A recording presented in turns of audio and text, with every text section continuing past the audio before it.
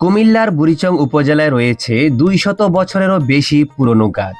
যে গাছ নিয়ে এলাকা জুড়ে কৌতূহলের শেষ নেই। কেউ বা এই গাছ জড়িয়ে ধরেন, হাত বুলিয়ে দেন, অনেকে আবার এই গাছের নামে মান্যত করেন। গাছটি অনেক পুরাতন বলেই লোকজন এখানে গাছটি দেখতে আসেন প্রায় সময়।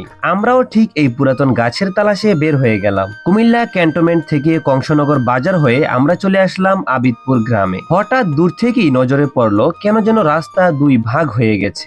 আমি কিছুটা কৌতূহলী হয়ে গেলাম। কিছু পথ সামনে এগোতেই নজরে পড়লো আমাদের কাঙ্ক্ষিত সেই গাছ।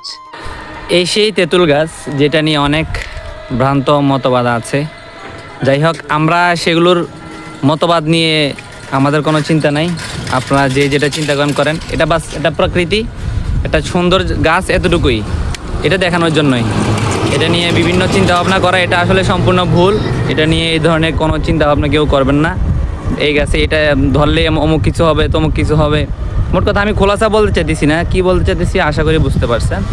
শুধু বাস এটা একটা সুন্দর প্রাকৃতিক আল্লাহর সৃষ্টি, বড় একটি গাছ, পুরাতন গাছ, এতটুকুই, এর বাইরে আর কিছু না।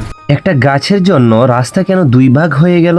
যদিও সে প্রশ্নের উত্তর আমি খুঁজে পাইনি, তবে আপনি পেলে অবশ্যই জানাবেন। তবে বন্ধুরা, যে ধরনের মন্তব্যই করুক না কেন, গাছটি আসলেই সুন্দর। বিশেষ করে এত পুরাতন প্রকৃতি আমাদের নজরে কম পড়ে। সুন্দর এই গাছ উপর থেকে খুবই সুন্দর লাগছিল। আলাদা ভাবেই বোঝা যাচ্ছিল এই গাছটি অনেক বড়। মনে হচ্ছে গাছটি যেন নিজের শক্তিতে রাস্তা ভেদ করে উঁকি দিয়ে আছে শত বছর ধরে। সবুজ শ্যামল প্রকৃতি আমাদের এমনিতে ভালো লাগে, আর সেই ভালো লাগা আরো বৃদ্ধি পায় যখন আমরা আনকমন কিছু সৌন্দর্য দেখি, তাও আবার পাখির চোখে এত সুন্দর ভাবে।